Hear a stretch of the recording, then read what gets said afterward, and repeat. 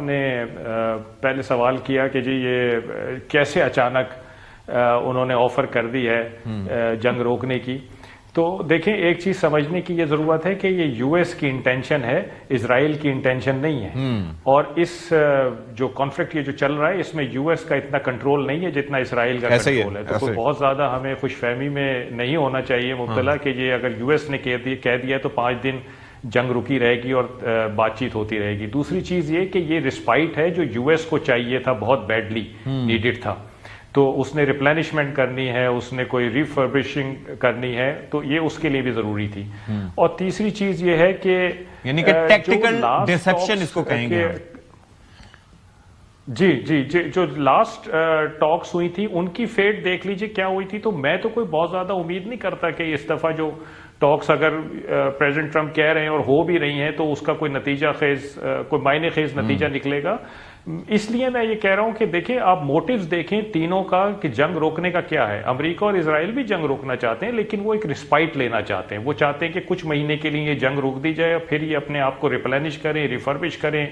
دوبارہ سے اپنے آپ کو تازہ دم کریں اور پھر حملہ کریں۔ ایران چاہتا ہے کہ یہ جنگ ایک دفعہ رکے اور ہمیشہ کے لیے رکے اور ایشورنسز کے ساتھ رکے کہ یہ آئندہ کبھی نہیں ہوگی۔ تو اس لیے یہ جو 5 دن کا رسپائٹ ہے میں اس میں بہت زیادہ ہوپ فل نہیں ہوں۔ اچھا دوسرا جو آپ کا مین سوال ہے میں اس پہ آنا چاہتا ہوں اور اس کو تھوڑا سا میں ملٹری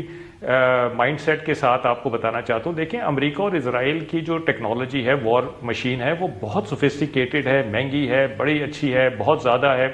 بٹ میں پرسنلی سمجھتا ہوں کہ وہ 20ویں صدی کی وارفیئر کے حساب سے تو بہت موزوں ہے، لیکن 21ویں صدی کی وارفیئر کے حساب سے اتنی موزوں نہیں ہے۔ 21ویں صدی میں آپ کو low cost naan contact warfare پہ جانا پڑے گا، تب آپ کوئی جنگ جیت سکتے ہیں اور لڑ سکتے ہیں، جو کہ ایران کر رہا ہے۔ آپ نے آرمینیا آذربائیجان کی جنگ دیکھی، اس میں بھی یہی تھا، رشیا یوکرین کی جنگ میں یہی تھا، انڈیا پاکستان کی جنگ میں یہی تھا۔ ایران نے بھی پچھلے کئی دہائیوں سے اسی جنگ کی تیاری کی، low cost naan contact warfare, کہ جلدی جلدی آپ ریپلینش بھی کرتے رہیں اپنی چیزوں کو، اور وہ لو کاسٹ ہیں اور